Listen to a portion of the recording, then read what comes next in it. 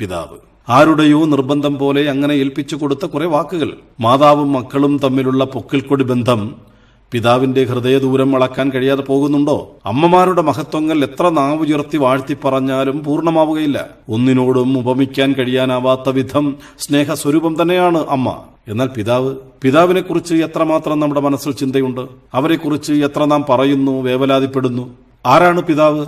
സ്നേഹം വഴങ്ങാത്ത, പണിയെടുത്ത് പണം കണ്ടെത്തുന്ന വെറും യന്ത്രം മാത്രമാണോ? ചിരിക്കാത്ത ഉപ്പ, തമാശ പറയാത്ത അച്ഛൻ, എന്തിനും ഏതിനും കർക്കശ നിലപാടുള്ള അപ്പച്ചൻ, ഇതൊക്കെയല്ലേ പിതാവിനെ കുറിച്ചുള്ള നമ്മുടെ വിലയിരുത്തൽ?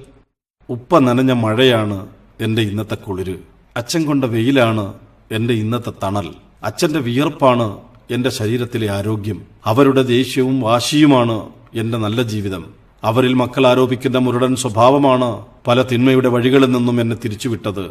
ഉപ്പ ഉറക്കമിളച്ചിരുന്നതുകൊണ്ടാ എനിക്ക് പഠിച്ചു വളരാൻ കഴിഞ്ഞത്. അതുകൊണ്ടാ എനിക്ക് ഉയർന്ന വിദ്യാഭ്യാസം നേടാനായത്. അതുകൊണ്ടാ ഞാനിന്ന് ഉയർന്ന ശമ്പളം വാങ്ങുന്നത്. അതുകൊണ്ടാ എനിക്ക് വലിയ വീട് വെക്കാനായത്. അതുകൊണ്ടാ എനിക്ക് പലതും നേടാനായത്. ആരാ ഇതൊക്കെ ഓർക്കുന്നത്? ആരാ ഇതൊക്കെ തിരിച്ചറിയുന്നത്?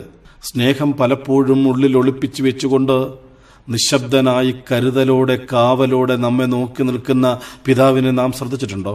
ചെറിയൊരു പനി വന്നാൽ ഉത്കണ്ഠയോടെ പരിചരിക്കുന്ന അച്ഛൻ, പെൻസിൽ വെട്ടുമ്പോൾ ബ്ലേഡ് കൊണ്ട് അല്പം തൊലി പോയാൽ, ഇത്തിരി രക്തം പൊടിഞ്ഞാൽ വിറയ്ക്കുന്ന കരങ്ങളോടെ വെച്ച് കെട്ടിത്തരുന്ന അച്ഛനെ കണ്ടിട്ടില്ലേ? ദൂരെയുള്ള കോളേജിൽ നിന്നും എത്തുന്ന നമ്മയും കാത്ത് പാതിരാത്രിയിൽ അവസാന ബസ്സിനായി വഴിക്കണ്ണുമായി കാത്തുനിന്ന അപ്പച്ചനെ മറന്നോ? മഞ്ഞുകൊള്ളണ്ട എന്ന് പറഞ്ഞ് ആ തോർത്ത് നമ്മുടെ തലയിലിട്ട് നിന്ന് മിന്നാമിനിങ്ങിന്റെ വെളിച്ചവും തെളിച്ച് നമ്മെ കൂട്ടി നടന്ന ആ ഉപ്പയുടെ സ്നേഹത്തിന് പകരം വെക്കാൻ മറ്റെന്താ ഉള്ളത്?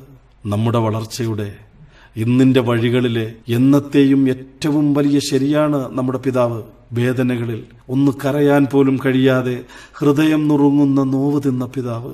ആ ഉപ്പ, അച്ഛൻ, അപ്പച്ചൻ അറിഞ്ഞും അറിയാതെയും പല വീടുകളിലും ഇന്ന് നിശബ്ദ തേങ്ങലുകളാകുന്നു. ആരോഗ്യമുള്ള കാലം മുഴുവൻ കഷ്ടപ്പെട്ട് മക്കളെ നല്ല നിലയിലെത്തിച്ചിട്ട് വൃദ്ധനായി വിശ്രമിക്കാൻ കൊതിക്കുന്ന ഒരു പിതാവിനു മുമ്പിൽ മക്കളെ, നിങ്ങളൊന്ന് ഉച്ചത്തിൽ സംസാരിക്കുക പോലും ചെയ്യരുത്.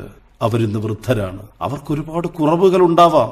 അവയെ നിങ്ങൾ അറിയണം. പൊതിഞ്ഞു സൂക്ഷിക്കണം ആ ഹൃദയത്തെ. അണഞ്ഞു പോകരുത് ആ കണ്ണുകളിലെ തിളക്കം. മാഞ്ഞു പോകരുത് അവരുടെ പുഞ്ചിരി. വാർദ്ധക്യത്തിൽ തന്റെ മക്കൾ തനിക്ക് സംരക്ഷണം നൽകും എന്നുള്ള ഒരു പിതാവിന്റെയും മനസ്സിലെ പ്രതീക്ഷ ഒരു മക്കളും തല്ലിക്കെടുത്തരുത്.